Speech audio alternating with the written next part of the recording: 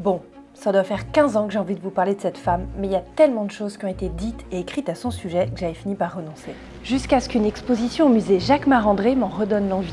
Alors je me suis dit que le mieux pour vous parler d'Artemisia Gentileschi, c'est encore de le faire en Italie.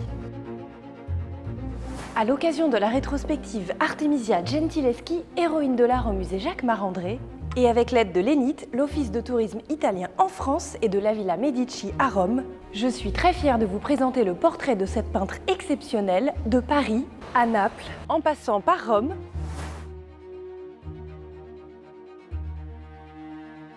Artemisia Gentileschi, aujourd'hui, est devenue une héroïne, le porte-flambeau de la colère et de la combativité des femmes.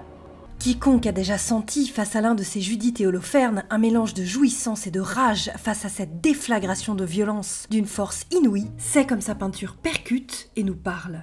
Tellement même qu'on finit par y projeter trop d'intentions anachroniques, au risque peut-être d'occulter le véritable sujet, sa peinture justement.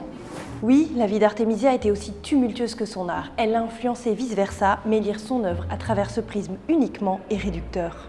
Oui, Artemisia s'est souvent représentée sous les traits de femmes fortes, mais ce choix de sujet est autant une stratégie commerciale qu'un reflet des thèmes populaires de son temps. Oui, elle a longtemps été oubliée, mais comme beaucoup d'autres artistes caravagistes, jugée trop sombre ou sanglant pour les siècles suivants. Et oui, je vais l'appeler par son prénom, mais pour la distinguer de son père et pour qu'il y ait égalité, tout le monde sera référé par son prénom dans cette vidéo.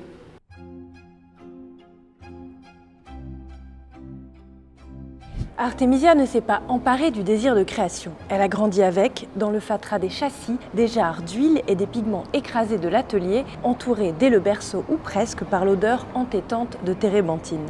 Son père, l'orageux Orazio, est un artiste peintre. Comme d'autres aspirants à la lumière, il a quitté sa Pise natale pour s'établir à Rome, dans cette ville éternelle que les papes de la contre-réforme veulent affirmer comme le centre du monde. Gigantesque chantier pour les artistes, Rome est un berceau de création en perpétuelle ébullition, où se rencontrent toutes les ambitions et les jalousies, où se font et se défont les réputations en quelques coups d'éclat ou de poignard. Autour de la Piazza del Popolo s'entassent des milliers de peintres, sculpteurs ou architectes venus des quatre coins de l'Europe dans l'espoir de faire carrière. Pour se faire un nom, pour éliminer leurs concurrents et conquérir les faveurs des puissants, ils sont prêts à tout, jusqu'à faire du quartier du Trident l'un des plus terrifiants coupe-gorge de Rome.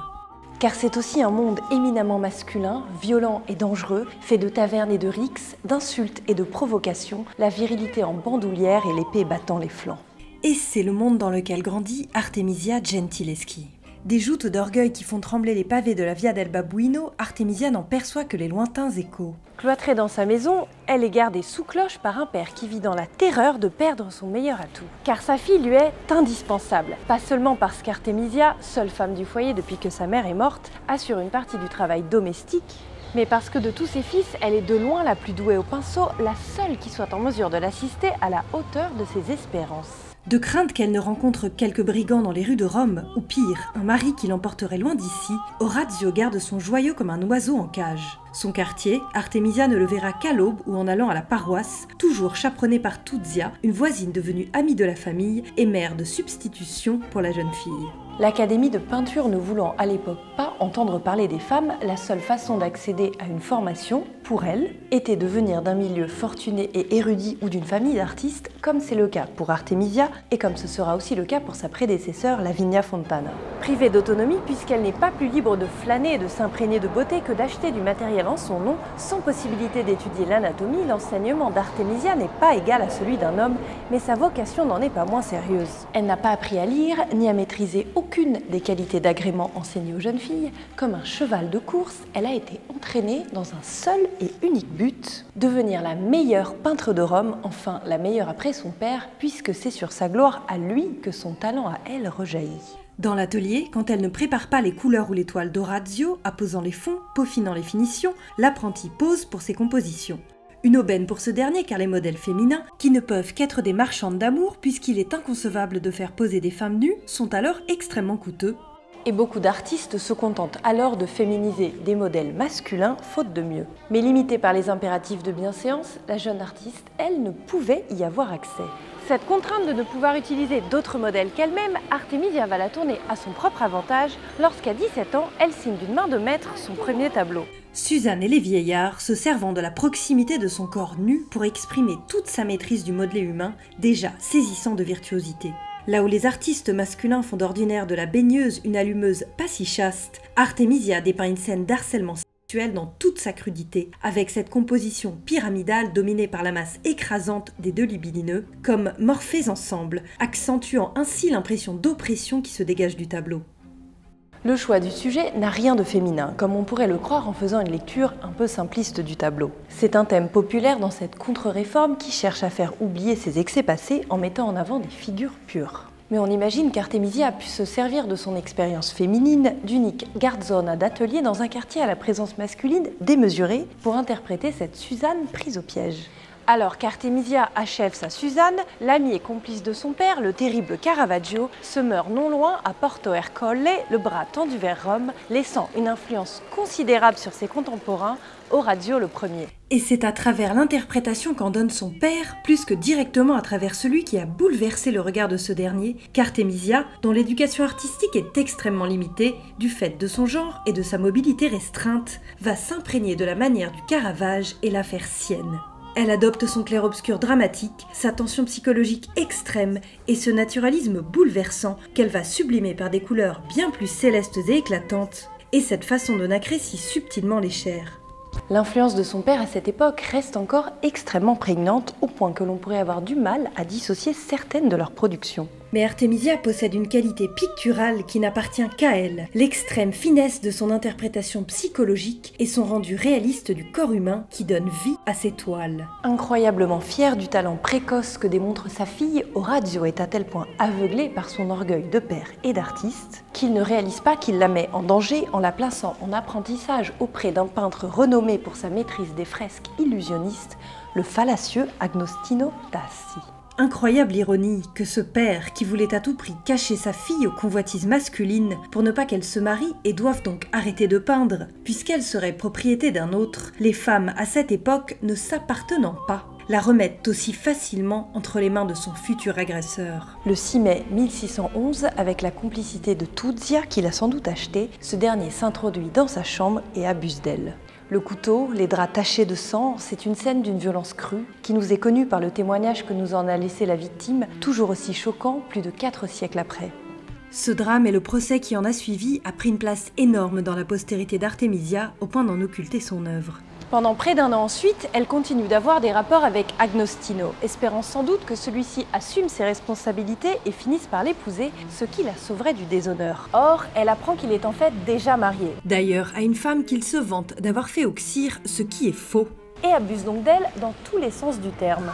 Lorsqu'il est mis au courant par sa fille, Orazio entre dans une rage folle, à tel point qu'il écrit aussitôt au pape pour se plaindre, réclamant justice en son nom à lui. Car Artemisia est sa propriété, elle est son investissement pour l'avenir, le prolongement de son bras de peintre. S'en prendre à elle, l'abîmer, c'est porter un coup fatal à sa respectabilité. Et cette offense, cette humiliation, qui plus est de la part d'un collaborateur, il ne peut la pardonner. Peu importe si l'honneur de la famille va s'en retrouver paradoxalement encore plus éclaboussé, et l'intimité de sa fille exposée à tous. Il veut réparation. Qui sait, peut-être qu'avec ce procès, personne ne voudra plus jamais d'elle, et elle restera ainsi près de lui, pour toujours son meilleur apprenti. À force de considérer Artemisia comme l'extension de lui-même, Orazio finit par oublier qu'elle est dotée d'une existence propre. Commence alors un retentissant procès, car depuis la contre-réforme, la justice papale ne badine pas avec la virginité. Encore davantage lorsque la défloration est produite par usage de la force, un crime passible de peine capitale. Il s'agit de laver l'honneur de la famille plus que de rendre justice à la victime. Ce sont, là encore, les hommes qui tiennent les rênes, pas les femmes. Cette situation subie, qui a dû être un immense traumatisme en plus de celui déjà vécu, Artemisia l'a affrontée avec un courage qui force l'admiration. Pour que son témoignage soit crédible, elle a dû soutenir non seulement un examen médical, mais également la torture, puisqu'on lui a fait endurer la sibylle, c'est-à-dire le supplice des cordes, au risque d'endommager irréparablement son bien le plus précieux, ses mains d'artiste. Malgré tous les efforts de la partie adverse pour discréditer la victime, Agostino Tassi sera condamné. Mais qui des deux a vraiment gagné ? Lui, qui doit seulement verser réparation, ce qu'il ne fera pas, et quitter Rome, ce qu'il ne fera pas non plus, ou elle, qui peut y rester, mais en étant partout poursuivie par son ombre à lui, en plus de celle de son père mécontent. Être caché durant des années, surveillé, limité, pour se retrouver ensuite exposé, fouillé, mis en pièces publiquement, il y a de quoi faire monter une sacrée rage. Par chance, c'est par son père qu'Artemisia va se voir entr'ouvrir une porte de sortie qu'elle va s'empresser d'enfoncer lorsqu'il organise, contre son gré et dot grassement avantageuse parce qu'il faut bien sauver les meubles, un mariage en toute hâte avec Pier Antonio Schiattesi, un peintre de seconde zone, dont le frère, également artiste, faisait partie de leur entourage et avait témoigné en leur faveur au procès. En le suivant à Florence, elle va pouvoir s'arracher à la rumeur et se libérer de ce présent suffocant. Si vous espériez voir le Palazzo Pitti ou le Corridor Vasari, c'est raté. Les productions Louise et Belle étant un poil limitées, nous avons préféré nous concentrer sur Rome et Naples. Mais avec un peu d'imagination, espérons que les merveilleux jardins de la Villa Medici nous transporteront vers la ville dont cette puissante famille de banquiers florentins a fait l'un des plus grands centres artistiques de toute l'Europe. Au Seicento comme aujourd'hui, Rome et Florence sont de cités au caractère aussi affirmé que diamétralement opposé. Tourbillon de beauté où règne la loi du plus fort, Rome est aussi brutale, insolente, nonchalante que la lumineuse Florence est élégante, érudite, précieuse. À l'une, le baroque triomphant et les coupe-gorges des bas-fonds, à l'autre, un coquet-bourg médiéval au palais ciselé comme des bijoux. En Toscane, berceau de ses ancêtres, Artemisia débarque avec une double intention. Celle de se faire oublier et celle de se faire connaître, non comme la protagoniste d'un fait divers, mais comme une artiste célèbre. De victime, elle va se faire victorieuse, se réappropriant son identité et s'émancipant de cet autre mot en V que tous, dans les ruelles de Rome, semblent vouloir imprimer à jamais sur son corps et son visage. Ici, elle est une femme mariée, enfin libre de ses mouvements, farouchement déterminée à écrire seule sa propre histoire, maintenant qu'elle a toute la place pour exister. Pour se distinguer, ses toiles, désormais, elle les signera du nom de son grand-père paternel, Lomi. À Florence, Artemisia commence par un coup d'éclat et de poing. Dans ses bagages, elle a emporté une toile qui, elle le sait, est d'une intensité à éclabousser toute la délicate société florentine de Cosimo de Médicis. C'est un tour de force, un exutoire pictural à toute sa fureur accumulée, destiné à montrer le panache de son style à la pointe de la romanité. Judith et Holoferne, le sujet est à la mode. Il suffit de se promener dans une galerie de peinture du Seicento pour voir fleurir têtes coupées et martyrs torturés qui plaisent en cette contre-réforme friande de spectacle. Et Artemisia n'aura pas pu ignorer la toile de Caravage. Mais sa version à elle est bien plus saisissante de vérité. C'est un flash d'action d'une violence inouïe. Le genou enfoncé sur le torse d'Holoferne pour le maintenir, tandis que sa servante à bras tord des bras qui se débattent. Judith ne pose pas, ne séduit pas, elle tranche, la poigne fermement agrippée aux cheveux de l'ennemi qu'elle découpe comme du gibier. Les draps, d'une exquise finesse, ruissellent de sang. Jamais peintre n'avait fait montre d'une telle violence. Il est difficile, quand on connaît sa déposition, de ne pas y retrouver certains détails de son viol. Le genou enfoncé sur la poitrine, les bras qui maintiennent, le sang qui imprègne les draps. Cependant, seule la peintre connaît le degré de projection autobiographique qu'elle a placé dans cette toile. Le reste n'est que supposition. S'agit-il d'un portrait de Tacie ? Impossible de le certifier. Il n'empêche qu'en prêtant ses traits à ceux de Judith, l'intouchable héroïne biblique, s'il s'agit bien d'elle et non d'une actrice, qui met sa séduction au service de son peuple, Artemisia envoie un bon taquet à toutes ces mauvaises langues qui l'ont injustement accusée d'être une femme légère. Et puis, ses collègues se représentent souvent sous les traits d'Holoferne sans que personne ne dise rien, alors pourquoi s'en priverait-elle ? Toute cette horreur est de la part d'une femme, dans la jolie cour des Médicis, forcément ça fait grand bruit. La société ici est bien plus réduite qu'à Rome, mais les commanditaires n'en sont pas moins nombreux et prospères. C'est à qui des cités-États qui rivalisent de pouvoir tout le long de la péninsule italienne parviendra à débaucher les meilleurs artistes et architectes, à assembler les collections les plus remarquables. L'art est une arme politique et les artistes des pions à placer. Ambitieuse, rusée, Artemisia sait comment flatter les goûts du grand-duc et de sa suite pour se faire désirer. Car avoir du talent ne suffit pas. Il faut se constituer un solide réseau de mécènes et de protecteurs. Enrobant sa Judith de belles étoffes et de bijoux, elle adapte sa superbe composition triangulaire à l'élégance florentine, avant de recentrer sa théâtralité baroque vers une interprétation du thème plus psychologique, focalisée sur la tension dramatique et la complicité qui unit les deux femmes pour une fois présentées comme étant du même âge. De commande en commande, la jeune prodige ne tarde pas à devenir un phénomène. Les collectionneurs n'aimant rien de moins que ce qui est exceptionnel, unique, curieux, avoir une toile de cette femme qui peint aussi bien qu'un homme devient vite un must. Ce que l'on veut, c'est posséder autant le travail que l'effigie de l'artiste, et ça tombe bien. Avec ses autoportraits dans lesquels elle se représente sous les traits de femmes héroïques, Artemisia leur offre exactement les deux. Cette marque de fabrique qui devient la sienne, l'impérieuse artiste a très bien compris quelle était sa meilleure carte à jouer. Alors, elle va s'en faire une spécialité, se construisant stratégiquement une identité stylistique reconnaissable au premier coup d'œil, en se glissant dans une variété de rôles à la hauteur de son caractère affirmé, fière de son coup de pinceau et de sa beauté. Fière, les hommes le sont bien tout le temps, alors pourquoi devrait-elle en rougir ? De cette incapacité de départ qui condamnait les femmes à se limiter au genre du portrait et de l'autoportrait, elle a fait son plus grand atout. En 1616, prestige ultime, Artemisia devient la première femme à entrer dans l'Accademia del Disegno. Un privilège qui offre la plus haute légitimité à sa carrière, en plus d'un statut juridique unique. Celui d'une femme indépendante, sans tutelle. Avec le luxueux atelier qu'elle s'est fait aménager avec l'argent de sa dot, la voilà enfin arrivée à la hauteur de ses ambitions. Dans l'étincelante cour des Médicis, Artemisia est autant fêtée comme artiste que comme personnalité à la mode. Elle est loin, la garzona aux doigts jaunis de peinture, dans cette érudite vêtue de brocart et de damas, qui cite Ovide et joue du luth, court les réceptions et compte dans son cercle proche la fine fleur des artistes et intellectuels de Florence. Comme le poète Buonarroti le Jeune, neveu de Michel-Ange, les peintres Francesco Furini et Cristofano Allori, les plus recherchés de la ville avec elle, et même Galilée. Femme de tête et de talent, elle l'est aussi de cœur en nouant une relation passionnée avec Francesco Maria Maringhi, issu d'une noble famille toscane. Malgré 5 grossesses successives qui entravent son corps mais pas sa force de production, inébranlable, Artemisia est au sommet de son art. Je précise petit aparté qu'il y a un bordel épouvantable dans Rome, je ne sais pas si vous entendez les hélicos et tout ça, mais le pape vient d'être élu. Fun fact. Alliance parfaite entre un modelé puissant et une grâce évanescente, son allégorie de l'inclination est emblématique de sa nouvelle identité florentine dont elle a absorbé les codes de sophistication. Pour enrichir la quadriria des Medici, elle réalise des tableaux monumentaux dont un bain de Diane et un Hercule, utilisant pour les peindre de copieuses et coûteuses quantités de lapis lazuli, mais dont la trace a malheureusement été perdue. Et il en faut des toiles pour éponger les dettes, car elle et son mari vivent largement au-dessus de leurs moyens et la peintre ne cesse d'être harcelée par les créanciers et les clients mécontents de ses retards. Acculée face à l'humiliation que représentent les scellés qui commencent à s'accumuler sur ses possessions et le déclin de son protecteur Cosimo II qui mourra l'année suivante, Artemisia prend une décision dramatique, fuir. Comme une aventurière, elle part à cheval, laissant à son amant le soin de ses possessions et de ses enfants, et manque de se tuer 2 fois au passage lors de la traversée. Mais elle n'a peur de rien, si ce n'est peut-être de celle qu'elle s'apprête à retrouver, 7 ans après, une ville tentaculaire, gourmande comme un ogre, qui vous avale en une bouchée en recrachant les os. Rome.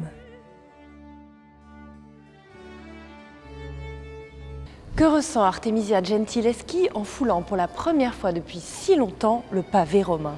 Parcourant du regard ses dômes et ses palais, hier défendus à son regard, aujourd'hui offerts. De l'appréhension sans doute, de l'excitation aussi. C'est une nouvelle version d'elle-même qu'elle présente à l'impénitente cité des papes, plus forte, plus brillante, polie par la haute société des Médicis, au sommet de laquelle elle s'est hissée, à la seule force de son pinceau. Elle n'est plus la honteuse jeune fille qui rasait les murs quand elle y avait droit, elle est une artiste célèbre, reconnue juridiquement comme padrona di casa, c'est-à-dire chef de famille. Maintenant qu'elle a redoré le blason de son patronyme, elle va pouvoir en reprendre possession sur la toile. Artemisia Gentileschi, éminemment sûre d'elle, est venue pour conquérir. À Florence, il y avait peu de concurrence, mais qu'en sera-t-il dans cette bruissante ruche qu'est Rome, où, comme elle, d'autres milliers d'aspirants à la lumière vivent, dorment et respirent uniquement pour la peinture? Parmi eux, Agostino, qu'elle ignorera superbement, mais aussi Orazio, dont la carrière n'a pas prospéré aussi bien qu'il le souhaitait durant ce laps de temps. Leurs retrouvailles sont pour le moins houleuses, pleines de ressentiment. C'est lui maintenant qui copie la manière de celle à qui il a tout appris, comme s'il cherchait à reprendre son dû, mais son rendu de la figure humaine est bien pâteau à côté. L'élève, c'est certain, a de loin dépassé le maître, mais Artemisia doit encore tuer le père. En attendant, il lui faut couper les ponts. Elle peut compter heureusement sur le double soutien de son mari et de son amant, qui s'accommodent sans broncher de l'un et de l'autre et s'informent mutuellement sur sa situation. Tandis que la peintre s'affaire à installer sa nouvelle demeure et son atelier, le tout Rome résonne d'intrigues et de chuchotements, puisque 3 papes se succèdent en l'espace de 3 ans. L'arrivée d'Urbain VIII Barbellini au pouvoir sonne le début d'une nouvelle ère de prospérité pour les artistes. pour que la ville éternelle soit encore plus éblouissante, encore plus triomphante, pour ébahir les pèlerins et affirmer la suprématie de l'Église catholique. De partout l'on éventre la terre pour en sortir des fontaines monumentales, des églises débordant de stucs, de velours et d'or, tandis que dans les palais croulant sous les tableaux et les marbres millénaires, la peinture sèche à peine sur l'écrasante grandeur des plafonds Soto-Insu qui semblent communiquer avec le ciel. Une aubaine à saisir pour Artemisia qui se construit sans mal un réseau de riches commanditaires issus des plus nobles familles romaines. Inspirée par sa ville natale, elle retrouve l'intensité dramatique extrême qu'elle avait atténuée à Florence. Comme le rideau d'un théâtre, ces tableaux s'ouvrent sur un luxe d'opulent velours cramoisi et de tissus éclatants, surprenant en pleine action des héroïnes valeureuses sublimées par la beauté du clair-obscur. Judith, encore, Marie-Madeleine, Sainte-Cécile, la peintre continue d'explorer les grandes figures féminines du christianisme, un choix dans lequel il faut y lire un positionnement stratégique plutôt qu'une volonté de mise en scène personnelle. En plus de son éventail de femmes fortes, Artemisia se coule avec audace dans des représentations à forte charge érotique, exposant sans pudeur son corps nu afin de répondre à la demande de tableaux licencieux qui font les délices des cabinets privés. Elle élargit également son répertoire aux portraits de nobles influents, preuve qu'elle ne peint pas qu'elle-même. Comme les pièces entre les cuisses de Danaé, les commandes pleuvent et son atelier, où elle emploie désormais plusieurs assistants, turbine à plein régime. Hier défendue, Rome tend aujourd'hui ses bras à Artemisia. Libre, indépendante, elle peut maintenant la parcourir à sa guise et s'inspirer des trésors que renferment ses somptueux palais, dont son statut d'artiste reconnu lui ouvre les portes. La scène romaine étant un foyer international, la peintre se nourrit des échanges qu'elle entretient avec ses pairs. En particulier un groupe de Français venus tenter leur chance sous les pins parasols de la ville éternelle, parmi lesquels Simon Vouet. Tous deux vont s'influencer mutuellement, la palette d'Artemisia se faisant plus terreuse au contact de ce tenant d'un caravagisme épuré, ramené à son essentiel, tandis qu'il s'imprègne de son naturalisme virtuose. Le portrait qu'il réalise d'elle est celui d'une artiste sûre d'elle-même et de son art, qui force le respect. Riche, belle, la tête haute, elle tient élégamment un pinceau de sa main prodige, cette même main qui mortalise un autre dessinateur et que le tribunal a failli broyer 10 ans plus tôt. Miracle de la peinture, plus facile à envier qu'à imiter, lit-on sur son effigie qui accompagne son entrée à l'Académie de Saint-Luc. Veni, Vici, Rome serait-elle conquise ? Eh bien, pas totalement, car nulle peinture d'Artemisia ne viendra décorer les églises pourtant nombreuses de la papauté, son art restant confiné au cercle privé. À Rome, Artemisia Gentileschi s'était hissée aussi haut qu'une artiste femme pouvait l'espérer, plus haut même en parvenant à briser certains plafonds de verre comme celui de l'Académie. Pourquoi alors quitter ce bouillonnant chaudron artistique pour aller s'établir sur les pentes fertiles d'un volcan, à Naples, une ville dont elle ne connaît rien, si ce n'est qu'elle est terrible, bruyante, excessive. À Rome, le danger guette au coin des rues sombres, mais c'est chaque jour que la cité parthénopéenne, centre surpeuplé de la Méditerranée, trompe la mort. Avec l'ombre du Vésuve qui plane au-dessus de sa baie azuréenne et dont l'éruption dévastatrice en 1631 fera autant de victimes qu'à Pompéi. Perle bigarrée de la couronne d'Espagne, la capitale du royaume des deux Siciles est un vibrant carrefour cosmopolite dont le nouveau vice-roi n'est autre qu'un des principaux protecteurs d'Artemisia. Une opportunité à saisir pour la peintre qui voit peut-être l'occasion de se voir confier de grandes commandes d'instituts religieux qui, du fait de son genre ou de sa spécialité marquée de portraits, lui passaient juste ici à côté. À Naples, les clients et les chantiers sont nombreux, mais les règles du jeu plus âpres encore que partout ailleurs. Car il faut d'abord parvenir à se déjouer de la violente cabale montée par un triumvirat de peintres locaux mené par le ténébriste Giuseppe de Ribera pour se débarrasser de tous leurs éventuels concurrents. Face aux menaces, attaques et sabotages dont ils sont victimes, beaucoup, comme Guido Reni, échaudés par une tentative d'assassinat sur son assistant, finissent par décamper la peur au ventre. D'autres en repartent les pieds en avant, comme le dominicain, probablement empoisonné. Mais l'orgueilleuse Artemisia couve l'âme de César en son sein. Faire front, elle n'a jamais su faire que ça. Pour elle aussi, l'art est une question de vie ou de mort. Habile communicante, la peintre manque jamais de signer son arrivée dans une ville nouvelle par une œuvre manifeste posant ses ambitions. Avec son Annonciation, baignée dans un clair-obscur profond qui fait luire ses étoffes de reflets irréels, presque vif argent, le message est clair. Artemisia cherche à s'émanciper du genre pictural pour lequel elle s'est fait connaître et dans lequel elle se trouve à l'étroit, pour apposer son nom sur des œuvres de dévotion destinées aux lieux de culte. De Venise, où elle a passé plusieurs années avant de rejoindre la Campanie, elle s'est longuement imprégnée des œuvres du Tintoret et de Véronèse, et en a rapporté une influence déterminante qui ne va dès lors plus la quitter. Toujours aussi gorgée de lapis lazuli, ces bleus éclatants qui tranchent sur des jaunes safranés se découpent désormais sur des paysages ou des architectures idéales, qu'elle fait réaliser par des collaborateurs. Son cadre s'étend, s'élargit, laissant entrer de multiples figures, tandis que le fond, jusqu'ici majoritairement effacé au profit de l'action, s'étire en arrière dans une approche tridimensionnelle de l'espace. Les mouvements sont plus souples, plus maîtrisés, sans sacrifier au vérisme psychologique dans lequel elle continue d'exceller, ni sa science des détails finement ciselés.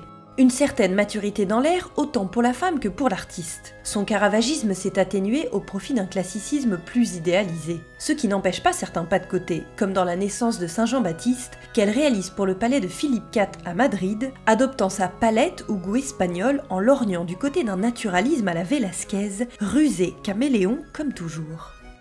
6 ans après son arrivée sur le sol napolitain, le précieux sésame parvient enfin à la peindre. Elle est choisie pour réaliser 3 tableaux destinés à la cathédrale de Pozzuoli, reconstruite vers 1630 après l'effondrement d'une ville voisine, ce qui sera sa première et malheureusement dernière commande publique. Et d'ailleurs, voici ce qu'on va en voir aujourd'hui, c'est-à-dire pas grand-chose puisque la cathédrale est actuellement fermée pour travaux, c'est ballot.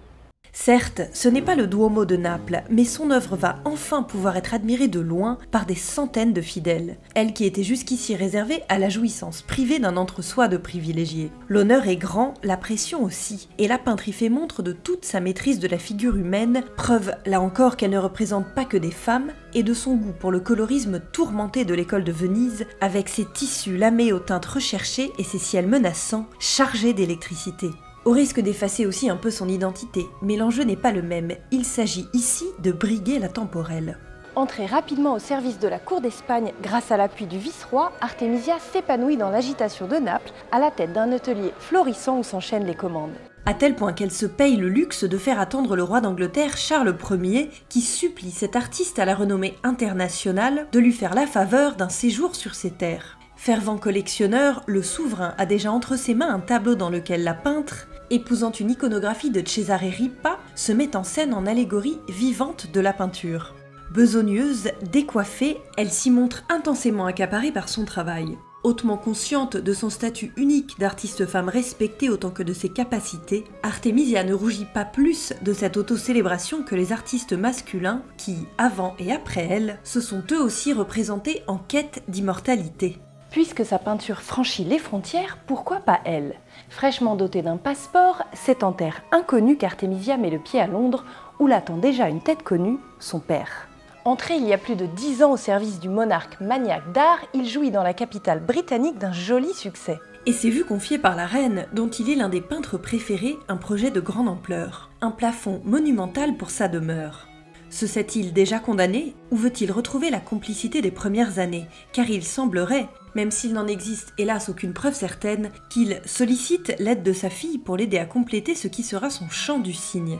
Pour la première fois depuis des décennies, l'atelier Gentileschi se serait-il reconstitué comme au temps d'avant? Si c'est vrai, ce sera la dernière fois aussi.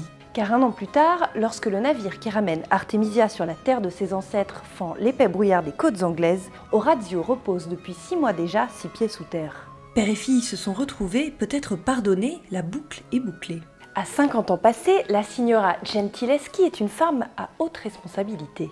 Unique chef de famille depuis que son mari s'est volatilisé du jour au lendemain dans les rues de Rome, soit qu'il ait été supprimé, soit qu'il ait cherché des noises à la mauvaise bande, elle élève seule ses 2 filles, 3 de ses 5 enfants n'ayant pas survécu. Si elle leur apprend à manier le pinceau, elle n'en fera pas cependant des petits prodiges d'atelier. Ses couleurs, ce sont ses assistants qui les broient. Quant au fond de ses toiles et les morceaux qu'elle n'a pas le temps ou l'envie d'exécuter, ce sont ses collaborateurs qui s'en chargent. Parmi eux, Onofrio Palumbo, un disciple qu'elle a fortement influencé, tout comme l'un des plus prometteurs tenants du baroque napolitain, Massimo Stanzione. Il suffit de voir sa Judith pour y reconnaître en un coup d'œil la palette d'Artemisia, à son tour désormais d'inspirer. Son atelier tourne alors à plein régime, ce qui explique peut-être pourquoi sa patte est si peu reconnaissable sur certains de ses tableaux de l'époque. Soit que celles-ci aient été exécutées par ses collaborateurs, soit qu'elles aient été expédiées afin de répondre à des demandes moins prestigieuses. Quoi qu'il en soit, cette polyphonie de style complique des problèmes d'attribution qui souffrent déjà de l'étiquette « femme forte de la Bible » qui colle injustement au front d'Artémisia. Scènes religieuses, mythologiques, allégories, sa production est pourtant indubitablement diversifiée. Et l'on parle même de natures mortes appréciées dans toute l'Europe, dont on retrouvera peut-être un jour la trace, comme celle d'autres tableaux perdus ou incorrectement identifiés. Et ces fameux autoportraits alors ? Là encore, son changement de style jette le trouble. S'agit-il d'elle-même, de ses filles ou de modèles féminins ? Difficile de le déterminer avec certitude. L'une de ses dernières œuvres authentifiées sera celle-là même par laquelle elle avait commencé, Suzanne et les vieillards. Entre les deux, un monde mesurant tout le chemin parcouru, qu'il soit propre ou figuré, par Artemisia Gentileschi depuis l'atelier paternel de la Via della Croce. Romaine de naissance, florentine de lignée, Artemisia déteste Naples et s'en plaint dans ses lettres, cherchant à tout prix à s'assurer l'appui d'autres protecteurs qui lui permettraient de quitter la ville, sans succès hélas, ses tentatives restant lettres mortes. Par dépit, elle y restera donc un quart de siècle, jusqu'à la fin, parce que Naples est ainsi. C'est un tourbillon qui essore et ne vous lâche jamais, une frénésie de bruit et de mouvement, insupportable parfois, mais dont on ne peut se détacher et encore moins se passer. Et c'est dans le tumulte napolitain que sa trace se perd petit à petit, se fondant dans son exubérance exaspérée qui rit et qui pleure à la fois, dans le dédale chaotique de ses rues et l'immensité de sa baie gorgée de lumière, d'un bleu éclatant à rendre jaloux les plus grands des peintres. Celui-là s'éteindra à près de 60 ans, emporté probablement par une épidémie de peste. Si j'étais un homme, je doute fort que les choses se seraient passées de cette façon, écrit l'artiste au crépuscule de sa vie. Mais je vous montrerai ce qu'une femme sait faire. Parce qu'elle était une femme, Artemisia Gentileschi a dû travailler 3 fois plus durement, affronter des obstacles inconnus à ses confrères masculins, mais ces épreuves, autant que ses drames personnels, ont su infuser son extraordinaire pugnacité, celle qui l'a fait se hisser bien au-delà de son rang, mais aussi des opportunités possibles à son genre. Le chemin de son pinceau vers la toile a été celui de son émancipation. En bataillant âprement pour légitimer sa vocation d'artiste, en s'appliquant sans cesse à se surpasser, à s'adapter, elle a acquis un bien presque aussi précieux que sa carrière renommée, une autonomie. De fille d'eux et femme humiliée, Artemisia est parvenue à s'imposer comme une artiste internationale, admise dans le cercle privilégié des peintres les plus recherchés. Et c'est lorsqu'elle ne sera plus là physiquement pour défendre sa légende qu'elle sera omise ou diminuée par les chroniqueurs historiques, avant qu'elle et ses camarades caravagesques ne s'en aillent de toute façon rejoindre cette obscurité qui les avait tant obsédés. Et puisque dans leur clair-obscur, l'ombre dialogue toujours inévitablement avec la lumière, depuis moins d'un siècle, Artemisia Gentileschi a été tirée de ses limbes. Ses toiles ont franchi des frontières inespérées et sont devenues des emblèmes de cette époque flamboyante, foudroyante, violente qu'est ce Seicento qui l'a façonnée.